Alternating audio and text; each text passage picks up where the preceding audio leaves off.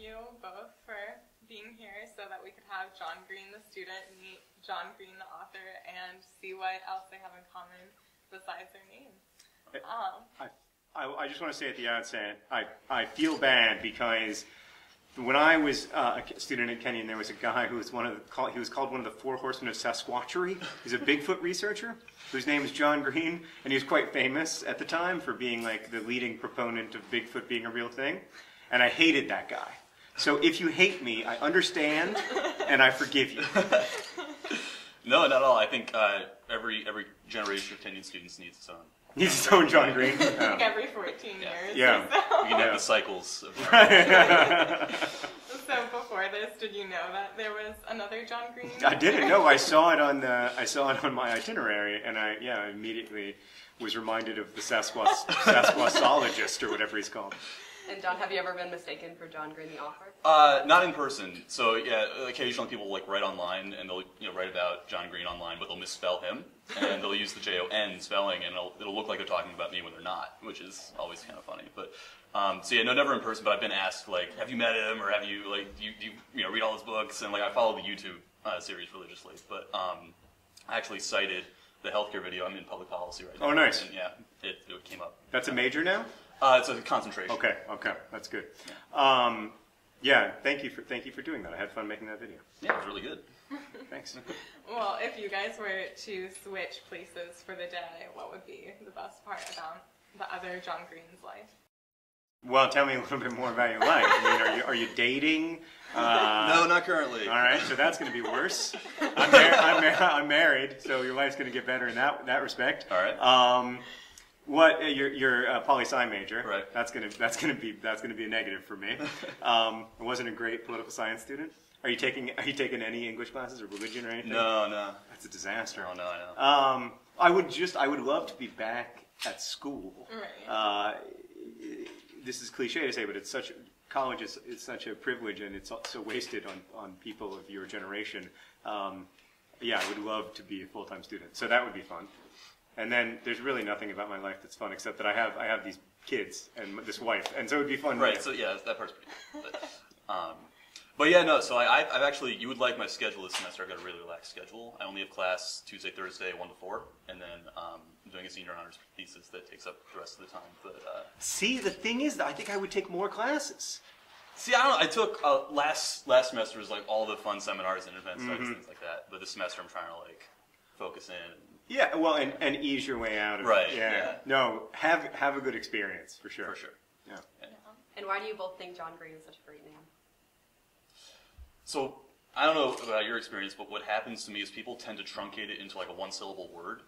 So like any sports teams that I'm on, it's like, hey, John Green. And it's like, not John, it's John Green. Like it's sort of one word. Yeah, even my mom calls me John Green. Yeah.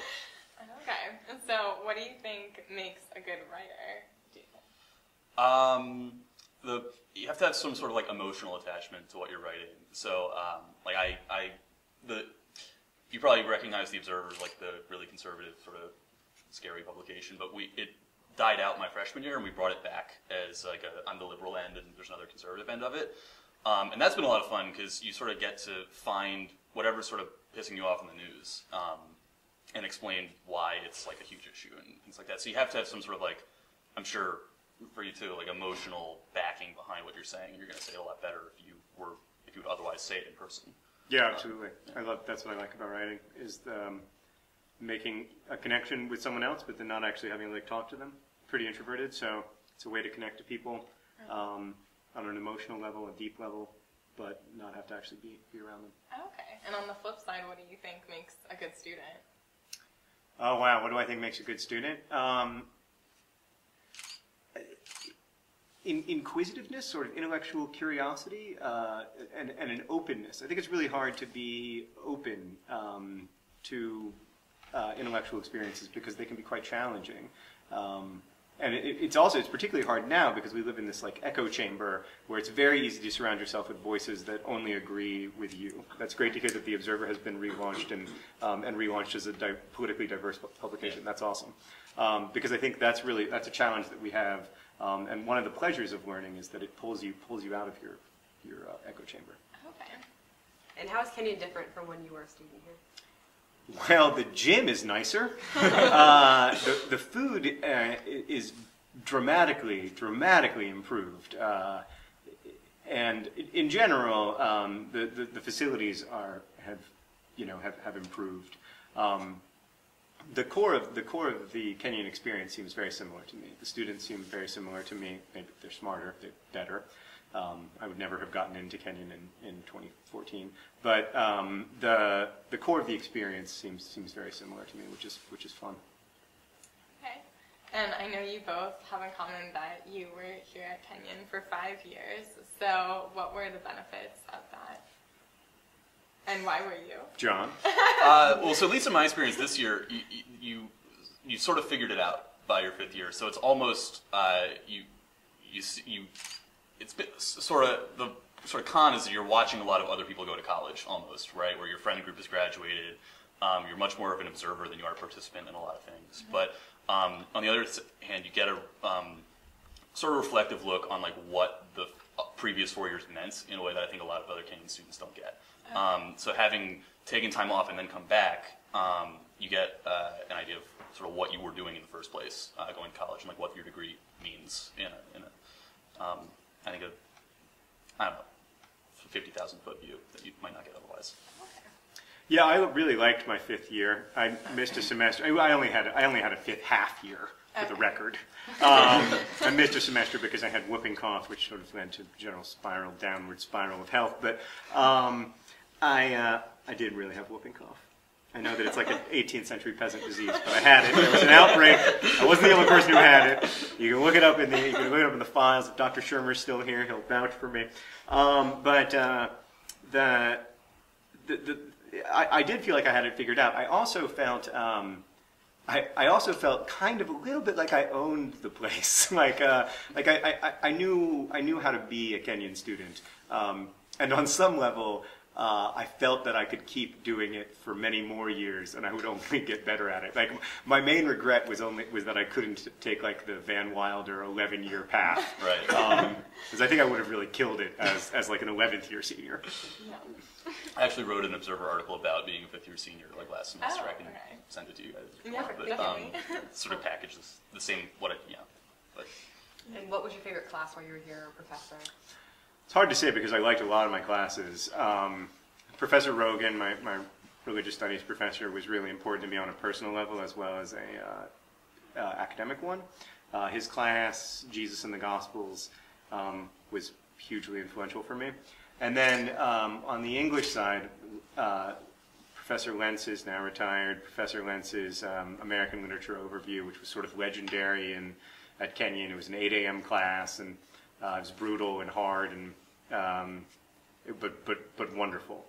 So that class, but gosh, I mean, there's so many. Professor Schubel's class, Intro to Islam, Professor Davidson's Shakespeare class. I had a great Russian professor, Professor Oshinskaya. She's my professor. Oh, nice. Yeah. She's like the nicest woman in the world. Yeah. She was very, very generous to me, despite "Ya ni говорю по-русски." So yeah, she was great. Okay. And where do you both live? Which residence hall? Where did you live? So I was in Gund freshman year. Mather. Okay. And Second then, floor. 231 or something. I was Gund 115. Okay. And then I was in Caples for 2 years. The sort of half year that sort of my sophomore year was half year, and then the next year was in Caples. And I was in Taft's last half year. The hell's Taft's? It's the new apartments behind Old Yeah, Kenyon. they're like little glass cottages. And then that sounds lovely. Oh yeah, they're great. Great building. Oh Wow. Are they like the best? No, Not anymore. What are the best? The best are NCAs. What are those? North Campus apartments. They're very nice. You mean the new apartments? It's like a house. Where the Bexleys Yeah. are. Where the Bexleys are? Yeah, Were. Oh, that's sad. And then I'm Not that sad, really. Yeah. and I'm in Basement Leonard this year, so I can be as close to Pierce as humanly possible. Okay. What do you like about Pierce? Well, the Observer office is where I do most of my work. Oh, okay. So All it's right, just yeah. a short walk. Okay, cool.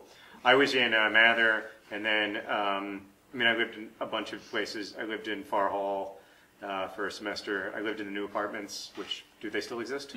Are they still called the new apartments? Yes. And then New apps. What's Behind funny? NCIC. What's funny about the new apps? I don't like that. What's funny about the new apartments is that they were so old 15 years ago, and they must be so much older now. And I lived down in the Acklands. Are those still existing? And then I lived at Old Kenyon for a semester as well. Okay. So I lived all over. Why did you choose to go back to your hometown of Indianapolis? It wasn't really, I had no connection to the place. I left there when I was like 3 months old. I went back because my wife got a job as a curator of contemporary art at the Indianapolis Museum of Art. And we were living in New York at the time, which was completely financially unsustainable and also, I think, not particularly like good for me. So really anywhere would have done. But Indianapolis has been great for us, and we really love it there. And it's nice to be in a city where you feel like you can make a difference, where like the arts discourse is such that you feel kind of like the city needs you. And Sarah and I both really like being a part of trying to make it a cooler city. And what are some funny experiences both of you had at Kenyon? Well, I'm going to tell the funniest experience tonight. So I don't want to ruin that. But I think, all of mine, they generally just revolve around. The funny things all revolve around doing things I shouldn't have been doing. And I don't want to tell you. Yeah, it's sort of like the I guess the most fun parts about like just going to college in general, like you have to waste enough time with enough people that you like sort of mesh that way. So I remember this one time a couple of years ago, my best friend wanted to go to the CAC, and I didn't. And he literally, there was snow, it was like the hill down to the CAC was icing. He literally dragged me by my sweatshirt, like whatever you call it. Like string. Yeah, strings, whatever. He just grabbed them and like walked me down, like we slid down to the CAC together. Oh, And wow. it sort of sticks out as like one of those, like, laughing hysterically all the way down the hill. Kind of experiences that will, it's like, that's sort of going to college for me. Okay. Yeah. And was there anything you regret about your time at Kenyon? Yeah, I have a ton of regrets. I regret not being a more like attentive student, and also in general not being a more attentive person. Like not being, I had for like weeks or months at a time like very insular life just because of the nature of my mental health, and like I wish that I'd been much more like open to experiences, but particularly the experience of class, which I mean I didn't miss that many classes, but I think at least on a weekly basis, what if something happened in one of those lectures that I missed that would have given me another book or would have transformed something in my life. So I do have regrets about that, and then all my other regrets are about girls.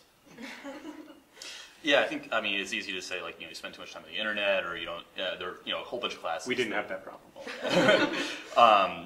But, obviously the classes that you wish you take, and I guess, I'm only taking 2 real classes this semester, so I guess that's sort of, I set myself up for that one. But yeah, I think, I should have, if they tell you freshman year what the cum laude magna summa is, you would probably pay a lot more attention to, like, which classes you take and how well you do in them. But I don't know. I think I've had an overall, like, I don't have that many regrets on the sort of path I've taken. It's been a little weird, but Are you gonna graduate cum laude? Probably yeah, cum laude. But I'm gonna miss the next one up by like 0.2. Oh, or see, 0.02. I just clung to cum laude. With a heroic B- in Buddhist thought and practice that could have been a C+, and that was the difference. Yeah, so Yeah, we'll see. If I need like straight A's this semester to get up to the next one, so we'll see what happens. But let me tell you, and this is the God's honest truth, it won't matter. that's what I figure. I don't expect to get them. No, it'll matter. It might matter to you. Like I remember, obviously, but it's not going to matter to employers. In fact, I was just going through resumes today and thinking that these people are putting the magna cum laude in far too bold a lettering. With like scrolls and everything. Yeah. Little scroll emojis on either side. I'm like, no emojis in your resume, please. There's the quote quantum scene. I don't speak Latin, but there's the quote of in Latin says whatever is said in Latin sounds profound. Right. Right. But I guess lastly, what is it like to be considered a famous Kenyon alum up with Paul Newman and Rutherford B. Hayes? It's surreal. I still don't think of myself that way, but, you know, I love this college, and I love I love Gambier, and I feel very lucky to be back here, and certainly very lucky to have the opportunity to speak to students tonight. So it's really wonderful. It is a little goofy, but I'm psyched. Okay. And do you hope to be doing the same thing sometime 14 years from now? I've always said that I want to be just famous enough to have a Wikipedia page dedicated to me. Probably not that famous. That is a good time to turn it off, actually. I wish that was a great moment. I don't really want to get much past that. That's a good plan. Yeah. But some degree of maybe famous enough to get invited back to Kenyon at some point. I think, but maybe not packing Ross and selling out Ross Hall. Maybe some kind of like Philo event or something like that. Yeah, something here. Something in this room. Yeah, for sure. Yeah. I have every confidence in you, John Green, that you will carry on the name heroically. The next generation of John Greens coming back to Kenyon. Great. Well, thank you so much for both finally meeting each other and thank you. Yeah. It's great to meet you. Great to meet you. Thanks.